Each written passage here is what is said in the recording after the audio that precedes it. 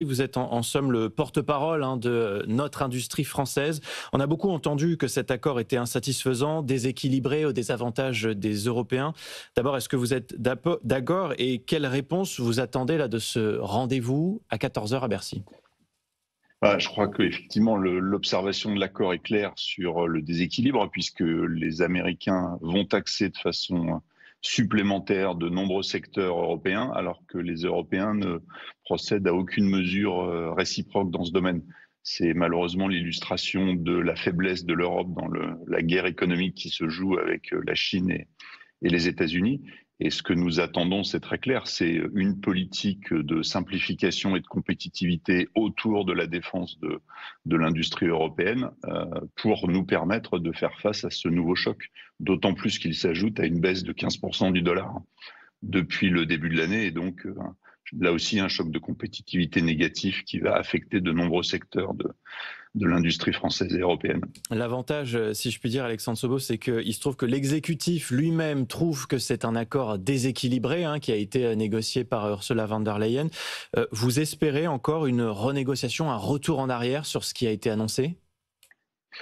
Écoutez, je crois qu'il y a surtout des précisions à apporter puisqu'on a une déclaration de principe, des éléments de conférence de presse, mais on n'a pas encore de texte détaillé de l'accord politique. Donc, il faut, dans ce qui reste à discuter d'ici la finalisation de ce texte, qu'un maximum de précisions et de clarifications favorables à l'industrie européenne puissent être apportées. Encore une fois, il y a certains secteurs, notamment ceux qui sont largement exonérés de droits de douane, qui se réjouissent de cette situation, et l'objectif de l'industrie européenne n'a pas changé. Le moins possible de droits de douane des deux côtés de l'Atlantique, c'est bon pour l'économie américaine, c'est bon pour l'économie européenne. Tout ce qui pourra nous en rapprocher aujourd'hui ou demain sera soutenu par France Industrie. L'aéronautique qui est exonérée, effectivement, mais encore beaucoup de flou et quelques angles morts. C'est le cas, par exemple, sur ce qui est très français, les vins et spiritueux. C'est là qu'il peut peut-être encore y avoir un levier d'action puissant?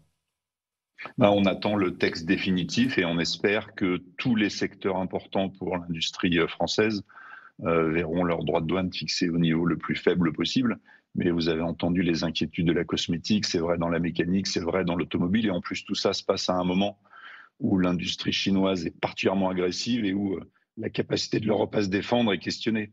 Bon, dans tous les cas, et pour terminer là-dessus, c'est une période difficile qui arrive pour les industriels français. On parle de plusieurs centaines millions d'euros de pénalités. En somme, il va falloir un petit peu, peut-être passer ce trou d'air en espérant des négociations nouvelles dans quelques mois. En tout cas, ça illustre qu'on est en guerre commerciale, en guerre économique, et que dans ce contexte nouveau, l'Europe doit absolument s'adapter au monde tel qu'il se dessine, un monde conflictuel.